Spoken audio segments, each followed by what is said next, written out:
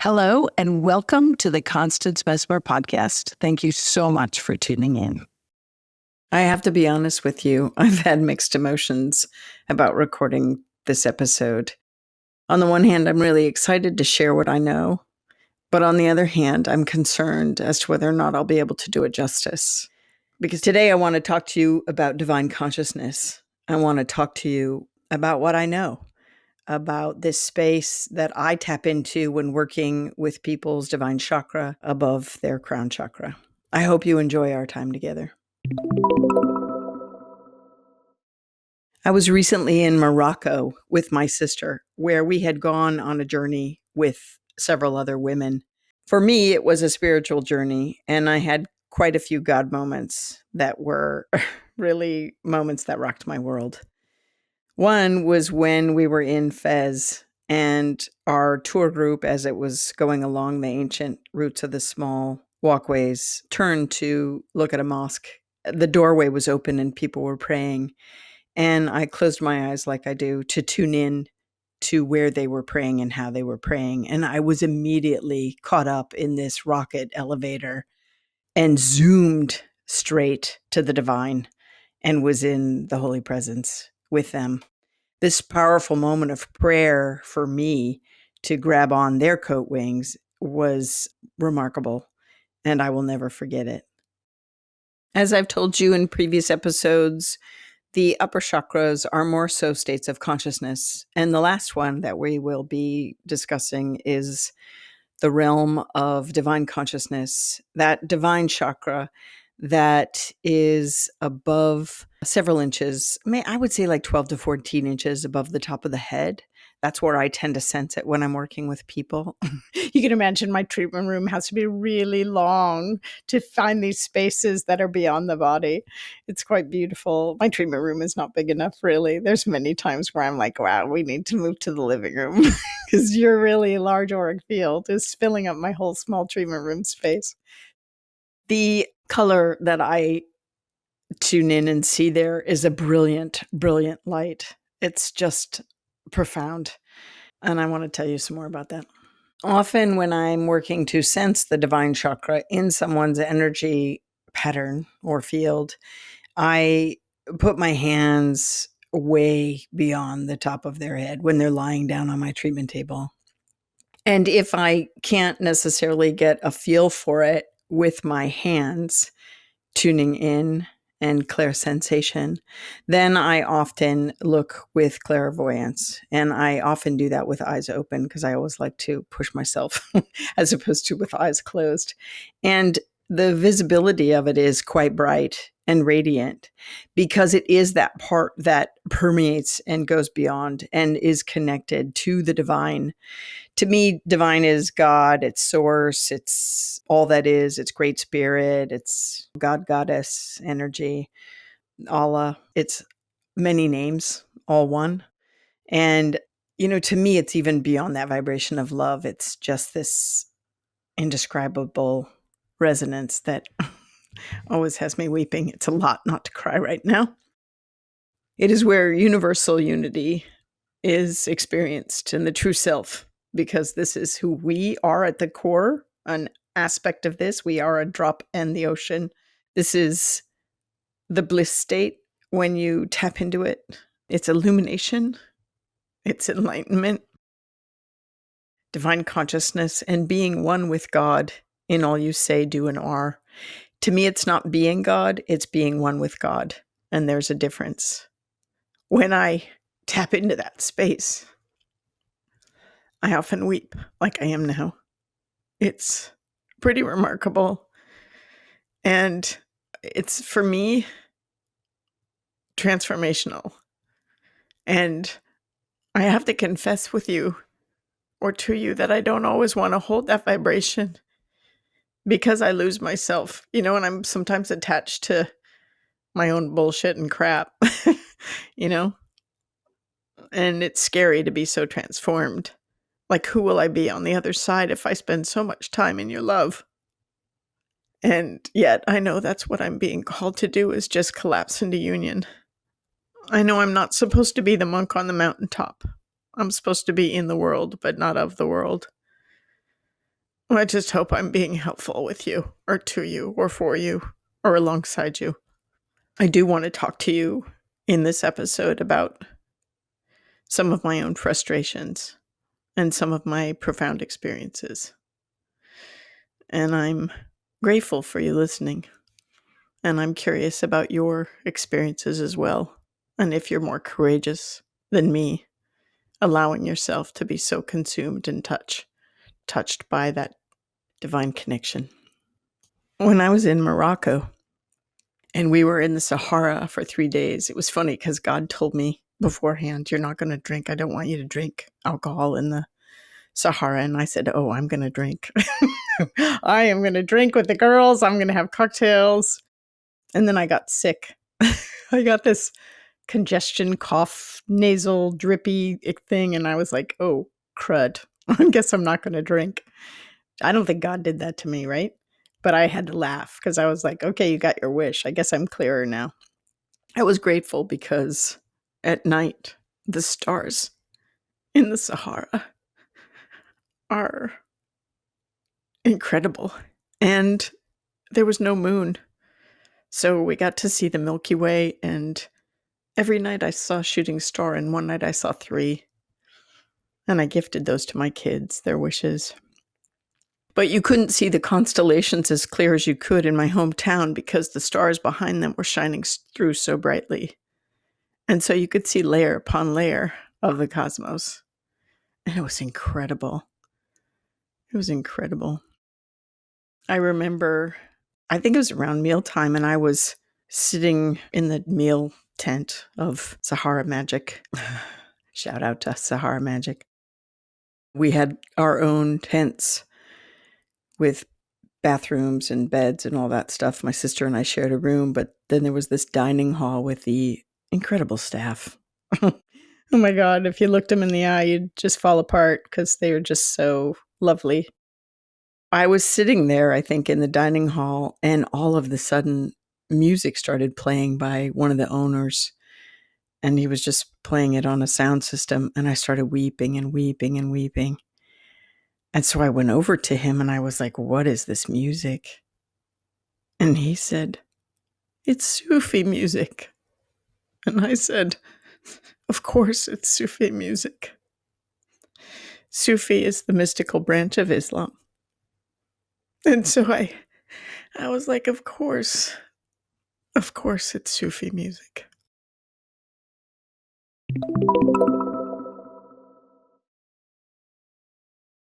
For the Divine Chakra, people use fulgurite. It is fossilized lightning. It happens when lightning hits sand. I've never worked with it before. I tend to just work with balancing that chakra and opening up on an energetic level, calling in the light of the angelic realm to work with me to transmute any blocks or imbalance and instead create a direct line of experience for people, my clients or audience members. For the hand mudra that I use when meditating with divine consciousness, I use Gyan mudra. It is the thumb and the pointer finger tip touching. And I often put it with my back of my hand on my lap or on my legs when I'm sitting, on my quadriceps when I'm sitting, or I overlap the fingers of one hand on the other. If you've ever seen me speak live or even been with me, I often use Gyan Mudra when I'm sourcing answers or talking to God or tuning in. It's something that happened spontaneously when I was quite young. And so I was, of course, floored to find out that it was a hand mudra that people use. I'm like, wow, this is fascinating, but it's my go-to. I do it unconsciously. If you choose to try a yoga posture with divine consciousness or the divine chakra, I suggest Sat Kriya pose pointing. This is when you kneel on the floor and drop your bum to the soles of your feet. And you reach your arm up with your back straight. You reach your arms up so that your arms cover your ears and your hands are extended way above your head. Your fingers are interlaced and the index fingers are pointing upwards. People that associate as women cross left thumb over right. People that associate as men crossed right thumb over left. A variation of this is if you choose to sit in a chair, reaching upwards. I've gone into this yoga asana spontaneously on numerous occasions. One time I went into a Catholic church to pray before Mass began. I was alone in the church and was called and compelled to go up into the choir loft to pray. And I couldn't help but think while I was up there, oh my gosh, I'm closer to the angels, right? I do tend to gaze upward. I gaze upward because to me, many times they are upward unless I see them around people and down. Otherwise, it's a higher vibration to go to that realm. Same with God. It's the frequency of vibration that's high. You know, God consciousness, God is everywhere. But in that particular moment, on that particular occasion that I was called up to the choir loft, I closed my eyes and started praying and couldn't help but move with the way my body wanted to move. And I recognized that I was going into spontaneously yoga asanas. I believe this is because once we recognize that our body is a radar dish, that our body can be kind of turned like an antenna and direct energy, especially as someone that moves energy, transmutes energy, and transforms energy because of my or our or your empathic nature. You can recognize how your body might need to move or dance or stand or, you know, be called to yoga postures. I know that yoga is the same word that comes from the word union, and the asanas are really meant as a spiritual practice to tune us into the divine. And, you know, it is one of the paths of devotion at its core, more than a physical exercise, right? So, what it really is a way of prayer, in my opinion. And prayer is to just raise your heart and mind to God, Allah, divine consciousness, all that is, Great Spirit. And so I was pleasantly surprised that my body was moving through asanas. And it felt like in those moments, things were energetically clearing off of my vibrational field and out of my emotional patterning. It was really a significant experience for me. I was grateful to have followed my pull to go up to the choir loft and to allow my body to move through a prayer sequence that was somewhere deep in my knowing.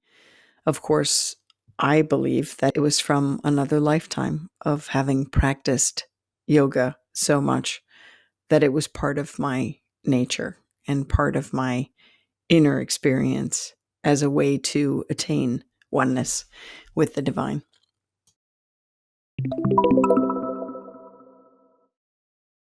Hey, I want to tell you about my book, Some Dogs Talk. I wrote this book to teach animal communication among the pages of non-creepy paranormal realistic fiction. And because of the content and delivery, it is equally appealing to a wide age group. I think you'll find it fun to explore and actually probably maybe see yourself in the pages. Get your copy today. I also believe that yoga asanas, postures, are meant to shift our awareness. You know, when you're holding a posture for some time, you can be present in the moment in ways that you might not be present in moments in your life, especially in your body, in your mentality, in your emotions, and in your spirituality, your connections. To me, it's ultimately this realization that your body is made up of these awarenesses that are held as patterns in your muscles and in your fibers and in your organs and tissues and being. The body's consciousness is everywhere within the body. And yoga, in my experience, has helped to tap into that, as well as being a vehicle for divine connection.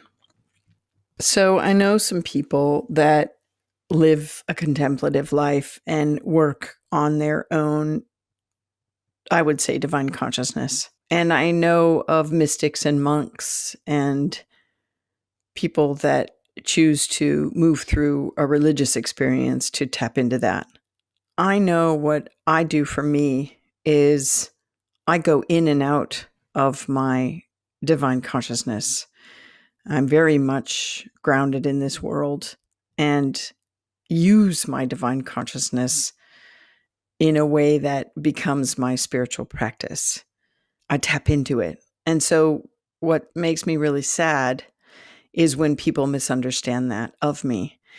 I remember millions of years ago when Barbara Ivacek, my astrologer, said people are going to think they know you through the work and they're not really going to know you.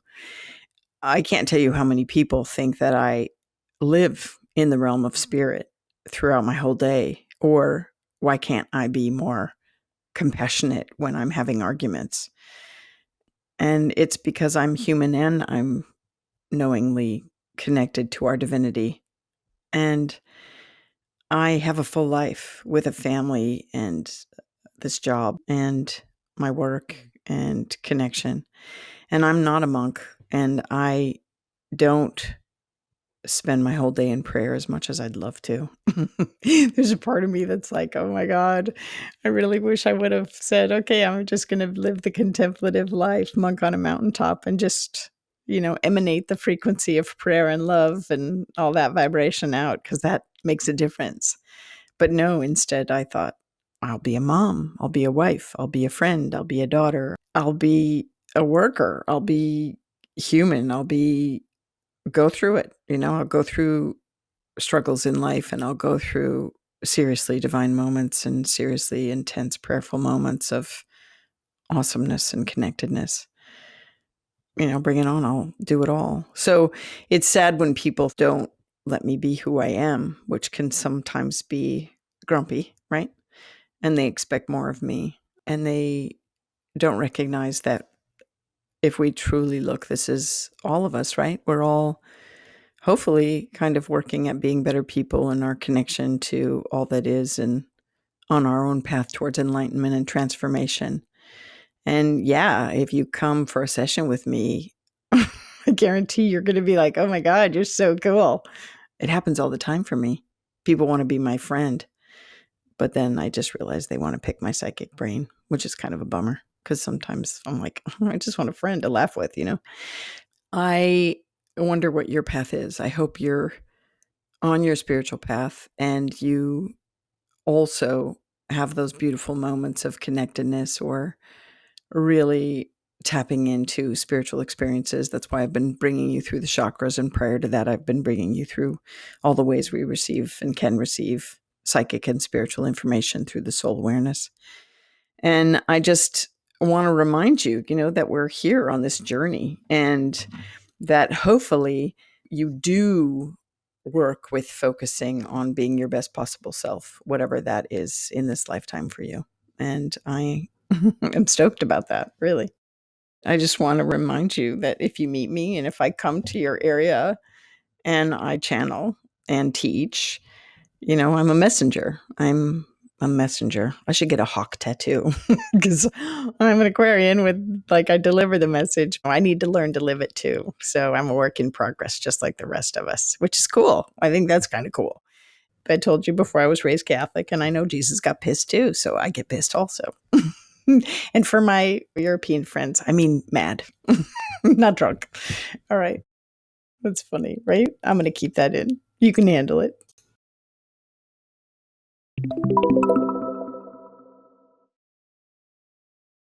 So I think that when we're working with God source energy, and even when I teach you later to connect and communicate with God's source energy, it really is about a mastery of focus. It's about holding that frequency, holding that vibration, even when it makes you cry or even when it's overwhelming. And I think myself, when I'm in those moments of intense God connection, because I cry, because it's so unbearably powerful, not unbearably in a bad way, but unbearably in an awesome way where it's just like, oh my gosh, I can't believe this love is so intense. I can't take it for more than several minutes. What would that be like to just be a Blubbering, crying mess all day? when I was in Morocco with my sister and I taught her to really look into people's eyes when you say thank you and really mean it when you're sharing a blessing. Look in their eyes and mean it. You connect to people's souls, and that is earth-shattering, and that is sometimes debilitating, and it drops you to your heart, man, and you get the connection of cosmic consciousness, and you see the divine spark in everyone. And that's transformational. And I think sometimes in the world, we like to run from our divinity and we fill our time with other things and we get caught up on social media or TV or, whatever your thing is that you get caught up in instead of contemplative prayer time or spiritual discovery. And so I just encourage you this week to take the time to just sit and ponder what that would be like to be in that God consciousness space, that place where we're connected and there's a unity of self and enlightenment, and allowing yourself to be open to some really deeply spiritual moments and allowing your vibration of being to be heightened so that you can tune in and receive all your knowing that is ready, really, to be gifted to you. That's why I teach, right? I think that we're not living our full human potential. I think that if we were to tap into the soul's awareness and live through them and experience life more readily with them, then it would be a profound shift in our experience. And I do believe that you'd have greater access to the answers that you seek or the experiences that you long for or the fulfillment that you desire. I know this. I know this in my heart. That's why I show up doing this work.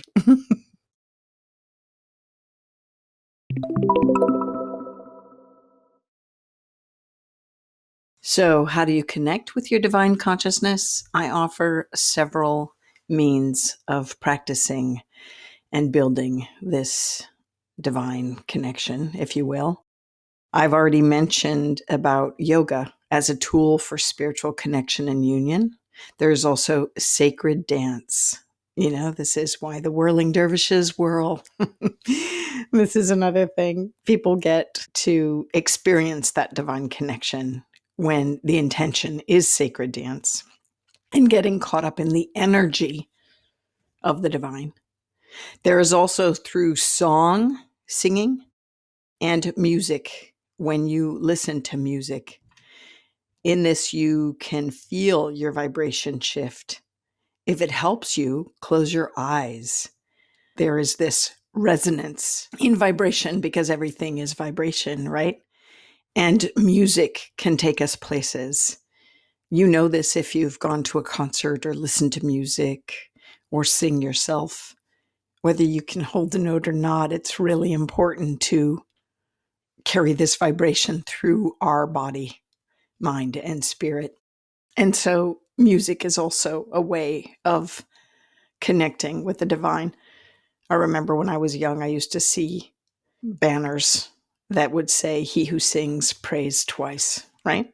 And so prayer is the third way I offer the connection with divine consciousness. Prayer is to raise your heart and mind to God, Allah, Yahweh, Great Spirit, God, Goddess. And when you pray in spirit, as many of the sacred texts remind you to do, you are shifting your vibration to this higher place. I've mentioned before Thich Nhat Hanh's book, The Energy of Prayer. It is beautiful. And I will speak later in future episodes to praying in spirit and teaching that concept more readily. Also, too, you know me, I can't help but mention the fourth suggestion that I have for you, which is your own meditation time or sitting in spirit, giving the divine connection your undivided attention so that there are no distractions and your eyes are closed. And your intention is to go in to connect with divine. And practice makes perfect, Spirit says. This is true, right? This is a spiritual practice. This is why the spiritual masters spend so much time in prayerful meditation and connection to source and seek and understand that vibration that is of the highest realm. And as we move through these episodes, I will take you through realms of spirit as promised and bring you to that vibrational space. And when I go out into the world and speak in public and join with you in person, it will be more readily available because I can use source energy, pulling it through my being and projecting it out to you to kind of take you with me when I go there. It will be great fun, I promise. The other thing is when you've connected with the divine consciousness and sitting in spirit in your meditation time and in your spiritual practice of connecting in that way, whether you choose to have a God journal like I have, where I bring questions to God and source for answers. As you build that sitting practice, you will understand and learn and recognize the frequency that is of God, that is beyond the ego mind, that is beyond your higher conscience, that is beyond. And you will recognize that vibration and recognize that voice, if you will, of God or the experience or the claircognizance. This is why I've already taught you all the clairs and the empath connection so that you can use all of these tools to recognize when you're in that frequency, in that vibration, in that connection.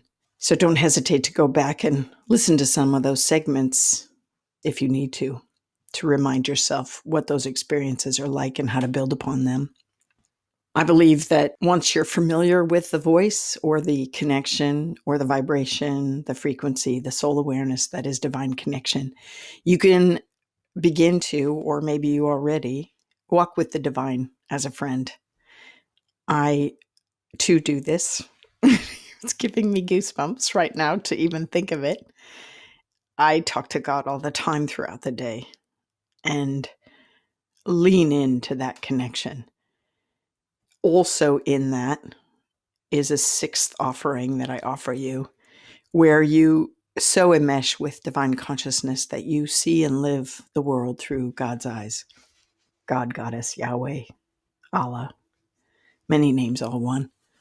And it is much like having a dear and close friend. You know, you need to spend time to get to know them and feel what their hug is like and their embrace is like and what their love is like and what their voice or their connection is like.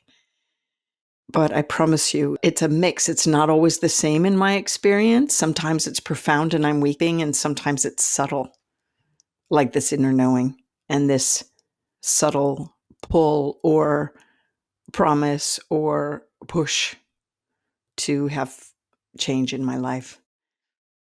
These are all the ways that I offer or remind you that you can connect with divine consciousness.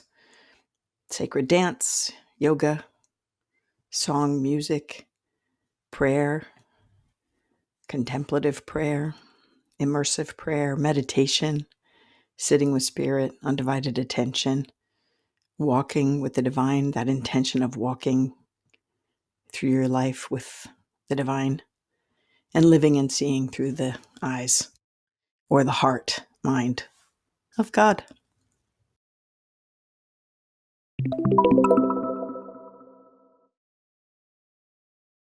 Before I close, I want to thank you for listening. I want to thank Sahara Magic for their incredible tours of their beloved Morocco. I will add show note links for them in case you want to connect and see what they're up to. A shout out to my sister Kathy for joining me on the sacred journey to Morocco. That was transformational for both of us. I thank God for all those stars. And a shout out to you for your own quest for enlightenment. I'm really grateful. And finally, a big shout out to Stephanie Danforth, who opened up her heart and her world of Morocco to myself and the others that joined on that amazing trip. Stephanie Danforth is a phenomenal artist. You can follow her on Instagram or check out her website, stephaniedanforth.com. I'll have links in my show notes. So I hope I've done this episode justice. And I do hope that you don't run from your divine connection and divine consciousness and your quest for greater living and greater awareness and greater connection. I do wish for you great strength on your journey and perseverance. And I'm really excited that in future episodes, I will be taking you through realms of spirit, and one of which is the realm of the divine. I look forward to that. I am so grateful for you. I hope you've enjoyed today's session. Hey, Constance Messmer here. I just want to do a shout out of big thanks to all the members. I am so grateful. And all the people dropping in and giving little donations here and there and super thanks and all that stuff. I really appreciate you. You members and you people contributing and subscribers are what help me bring this content to everyone, really. They both contribute to the cost of production, and I am definitely grateful for that. This stuff is not cheap to put out. Oh my God. Oh my God. So every little bit helps. And I am filled with gratitude that you're stepping up. I am not necessarily a joiner, not usually, but there are environmental issues in other organizations that I do belong to and I contribute to because I like to see them persevere. And I'm hoping you feel the same about this work. I hope you put it into practice in your life. That's another way that you could spread this work and help change our world, which is what I think it ultimately does. As you know, I think if everyone tuned into their soul senses, the world would be a much better place. So when you subscribe, it's a big yes vote for the content, and it helps spread the work across the planet. So when you put the lessons into practice and subscribe and like and share, you help me help you carry the lesson beyond you and me. And I am just really grateful. Legally speaking, this podcast is presented solely for educational, spiritual, and entertainment purposes. It is not intended as a substitute for medical diagnosis, treatment, or the advice of a physician, psychotherapist, or other qualified professional. You should not use this information to diagnose or treat a health problem or condition. Always check with your doctor. Thank you.